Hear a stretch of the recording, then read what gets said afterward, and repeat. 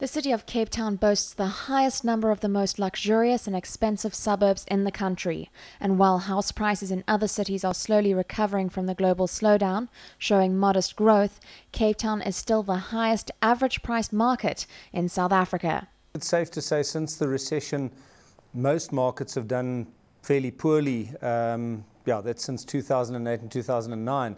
But I think Cape Town's been better positioned to weather the storm, if one could put it that way, than most. The reason being Cape Town, along with Joburg, is a services-driven economy, and the services sectors tend to be more stable economically than, for instance, manufacturing and mining, which are a lot more cyclical. The perception of it being a well-run province, the perception of a good lifestyle, plus a very solid economy and a strong long-term economic growth. So all in all, I think it's been able to weather the storm a lot better than most of the other places in the country. The investors who are coming through, they're looking for both return and capital growth or asset class growth. And certainly Cape Town over the period has been able to deliver that. I think you get a similar return all throughout, and residential property holds are a long-term hold. They're not a short-term aspect. But on the long term, certainly Cape Town price appreciation and growth has outperformed all the other cities in South Africa. According to the latest real estate survey, the Western Cape is South Africa's prime foreign property investment destination, with 5% of buyers being international compared to the national average of 3%. Well, I mean, the Western Cape has always been a prime foreign destination, certainly since the turn of the century, of the millennium. And investors like it. There's a European type of lifestyle, the physical surroundings are good, the beauty is good, and I think that the Western Cape should ultimately always capture that market. Besides the beautiful scenery and lifestyle, many believe Cape Town's success is partly due to the city's service delivery.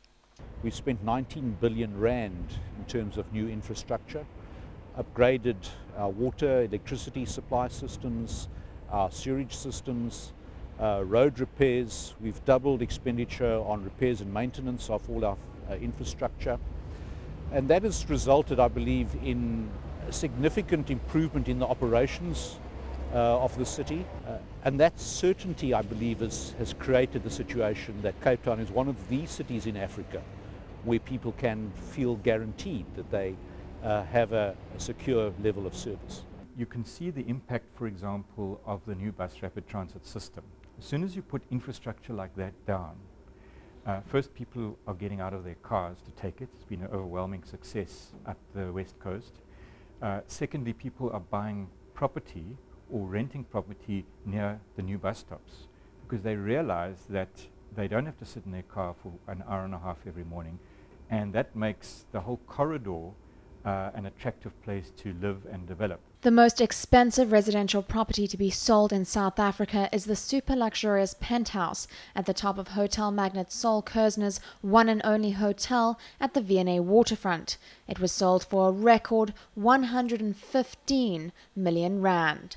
The Penthouse 3 at the one and only is truly a magnificent property. It's over 2 floors, it's got beautiful views, magnificent entertainment and living spaces, 1,600 square meters.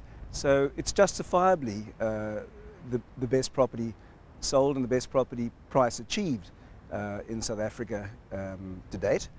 Sold, quite frankly, to a South African purchaser. So it's interesting to see that even at that level of the market, there are South Africans buying. According to analysts, the long-term property market in Cape Town looks positive. The Western Cape has promoted itself as a good lifestyle. Well, it's the combination of having a good lifestyle plus a solid long-term growth economy. So I think that the Western Cape will continue over the next decade to outperform the rest of the country. It has a good long-term economic and property future. And then on top of that, what also contributes to its longer-term prospects once all the global crises are past, and they will pass at some point, is a relative land scarcity. I think South African property in global terms is doing relatively well. But that being said, it doesn't mean that it's a slam dunk here in South Africa.